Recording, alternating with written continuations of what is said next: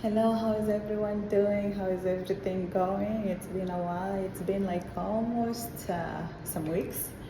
And I'm here back with the second part of our story. For those who haven't watched, we do have a continuing story from the last time, my journey to Malta. So I shared the part one, and here I am for the second part two. But before we go to that, if you're new to this channel, welcome and thank you for subscribing and for your likes, your comments. I'm so happy to engage and to share everyone's story. So welcome to this channel, and even if you have not subscribed, please subscribe so we can keep on bringing more tips on how you can travel, you can be able to get jobs abroad. So it's an open channel for everyone to just grow together, and if you're into anything with growth, careers, hospitality, traveling, and just fun life and making everything better in your life, living a good, purposeful life. Growth is one of the main things that we talk in this channel, and so welcome and keep it locked and stay tuned. So, today, I'm just checking my task list, but before then, so let's get back to where we left it from. So when I got to the airport, when I landed in Malta, I got to the airport, and like I said, I already had an issue with my approval principal letter. That was the work permit. It had already expired, and they had already told me like we needed to renew, and we had already consulted with the immigration team, and they had said, okay, travel, and then once you come here, you're going to renew it. So when I got to the airport, immediately they checked that the person checking the document at the counter, they said, where's your approval principal letter, the renewed one? And I said, no, I don't have a copy, but my company is aware of this. Immediately she just told me, stand on the side. So I stood there, and one of the officers came and took my passport, and then they proceeded to like a checklist room. But this happens to everyone coming to Malta for work. If you're coming here for work and it's your first time, be expecting that they will put you on the side once you get to the entry desk, and then they will have to call your employer, and they have to verify that you're working there, even if there is no issue. That's one of the main procedures that they do check. So we work with other people. So they took mine, and then they tried to call the employer, and you know, when you're in trouble, another trouble always comes in. So what had happened was like the employer, the coordinator who was helping to apply for my document, and that's the number who was listed in the number of, the contact person who does the arrival visa, like the application for you. They put their name and number there from the company or the company representative. So she had resigned and she was no longer available in the company. So when they contacted her, the number went like voicemail. That's when suspicion even raised to another level. So they immediately highlighted on me, and then the officer came and said, Marianne, take your bag and everything that you have, all your things are with you. I said yes, and then let's proceed. So they took me back to like the back office where they do the investigations with the higher sergeants there, and then they took everything, my bag, so me and my luggages, we are all there. Then the most surprising part, they called the cabin crew. I had come with Emirates, so they called those cabin crew and they said, just hold on the flight, we might have an issue. That's when I knew this is very serious. So I tried to explain, oh, by the way, the HR, we have a new coordinator, someone coordinating with me. Definitely they were not listening to me. Maybe they're thinking I'm bluffing or something. So, but they took they have anyway every document that you have already submitted in their system. So immediately they called to the company, the hotel. And just to mention, when you're submitting your document, they used to ask you the invitation letter from the company, and it has to come from your HR with a stamp and all those things. So that invitation letter had come with the current person who is in charge of the company at that time. So they had a new number, so they just took that number and they called her.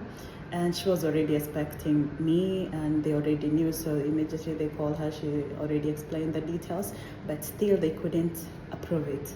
It was I don't know why, but they got so suspicious. They had to verify even with her. Maybe we made her because they're also thinking, oh, she's very new to the company, but she's even a local here. But still, they had to investigate her.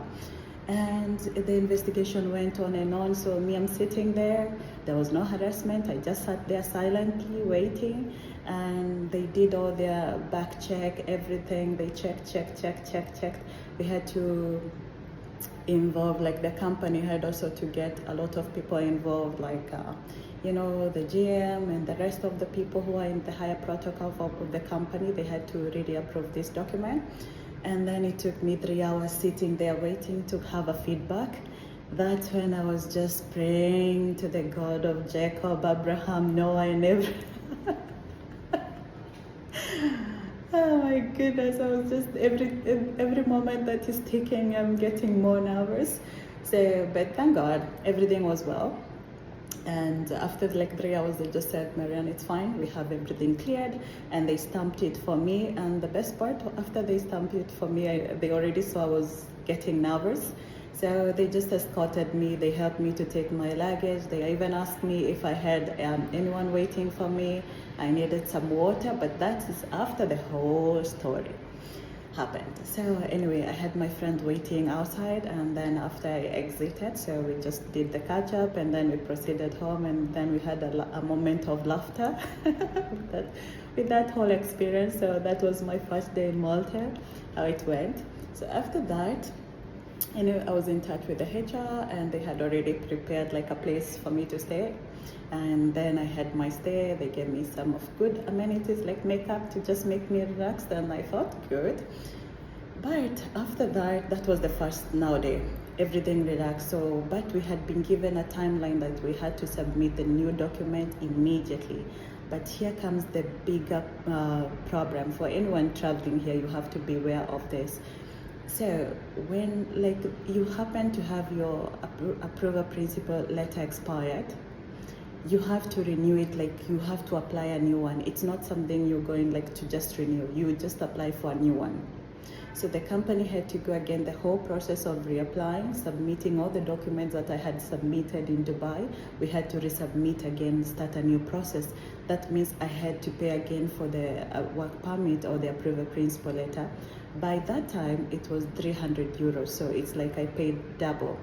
My first one was not used anyway. I just got myself here. So I had to pay again.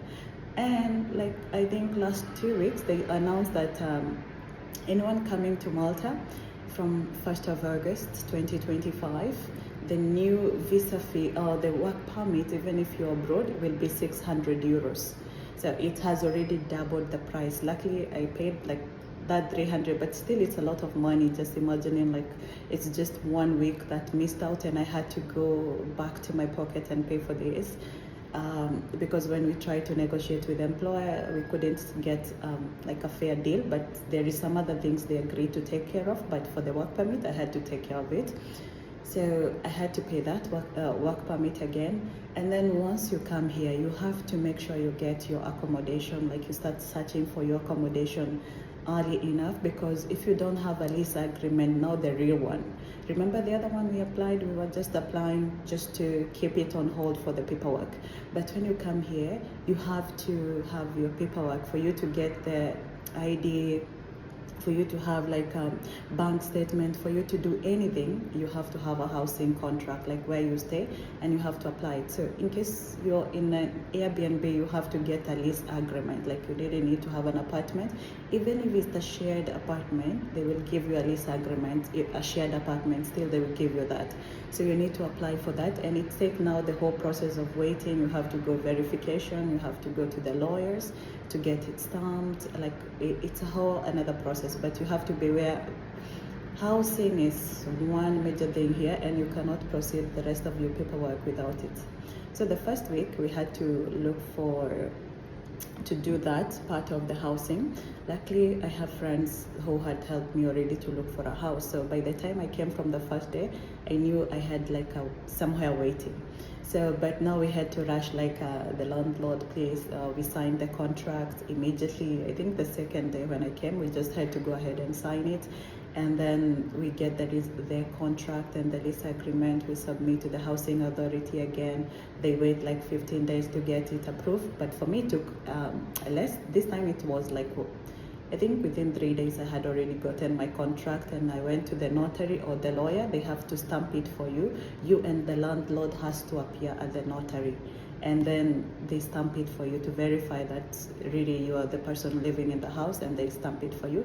Then you submit it online. The landlord submit it online to the housing authority. Then you'll get an approval on your email. Anywhere you go here, if you don't have the lease agreement of your house, then you're in trouble. So we got that done quickly. That was easy. Thanks, at least I had already started preparing for that process before I came.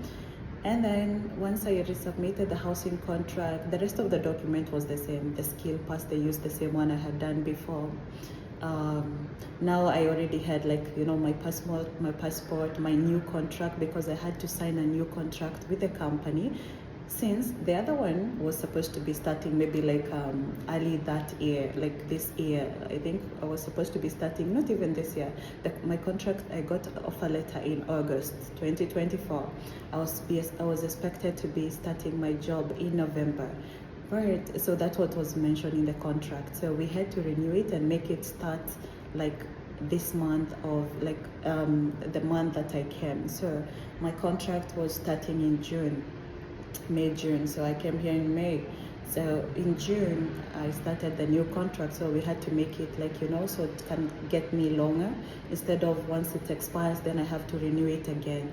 So we signed a new contract and submitted the document, and then we have to wait for the approval principal letter to come again for me to go again and apply the ID.